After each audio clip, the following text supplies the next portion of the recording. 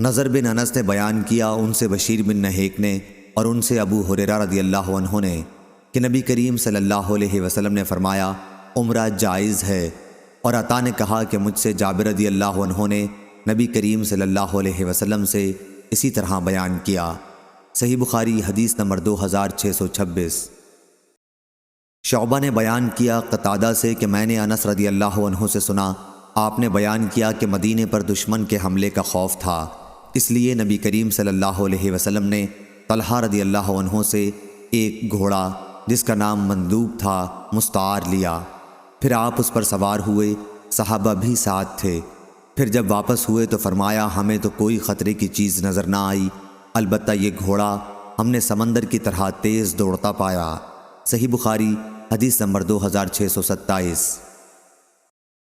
عبد الواحد بن ایمن نے بیان کیا، کہا کہ مجھ سے میرے باپ نے بیان کیا، انہوں نے کہا کہ میں عائشہ رضی اللہ عنہا کی خدمت میں حاضر ہوا تو آپ قطر یمن کا ایک دبیز کھردرا کپڑا کی قمیص قیمتی 5 درہم کی پہنے ہوئی تھیں۔ آپ نے مجھ سے فرمایا ذرا نظر اٹھا کر میری اس لونڈی کو تو دیکھ، اسے گھر میں بھی یہ کپڑے پہننے سے انکار ہے، حالانکہ رسول اللہ صلی اللہ علیہ وسلم کے زمانے میں میرے پاس اسی کی ایک قمیص تھی، جب کوئی لڑکی دلہن بنائی جاتی تو میرے یہاں آدمی بھیج کر قمیص عاریتاً منگا لیتی تھی۔ صحیح بخاری حدیث نمبر 2628۔ امام مالک نے بیان کیا ان سے ابو زناد نے، ان سے اعرج نے اور ان سے ابو ہریرہ رضی اللہ عنہ نے کہ رسول کریم صلی اللہ علیہ وسلم نے فرمایا کیا ہی عمدہ ہے یہ ہدیہ اس دودھ دینے والی اونٹنی کا جس نے ابھی حال ہی میں بچہ جنا ہو، اور دودھ دینے والی بکری کا جو صبح و شام اپنے دودھ سے برتن بھر دیتی ہے۔ ہم سے عبداللہ بن یوسف اور اسماعیل نے بیان کیا، ان سے امام مالک نے بیان کیا کہ دودھ دینے والی اونٹنی کا صدقہ کیا ہی عمدہ ہے۔ صحیح بخاری حدیث نمبر 2629۔ ابن وہب نے خبر دی یونس سے، انہوں نے ابن شہاب سے، وہ انس بن مالک رضی اللہ عنہ سے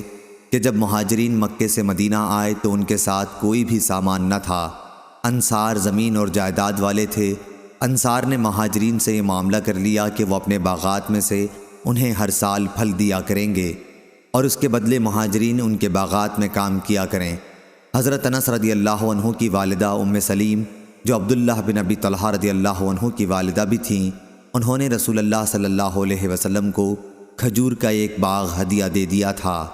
لیکن آپ نے وہ باغ اپنی لونڈی ام ایمن رضی اللہ عنہا جو اسامہ بن زید رضی اللہ عنہ کی والدہ تھیں عنایت فرما دیا۔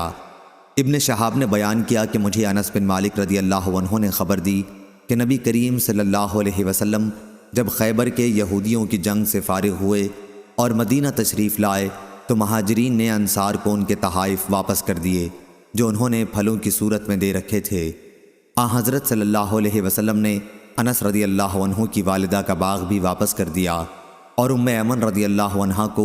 اس کے بجائے اپنے باغ میں سے کچھ درخت عنایت فرما دیے۔ احمد بن شبیب نے بیان کیا انہیں ان کے والد نے خبر دی اور انہیں یونس نے اسی طرح، البتہ اپنی روایت میں بجائے مکانہن من حائطہ کے مکانہن من خالصہ بیان کیا۔ صحیح بخاری حدیث نمبر 2630۔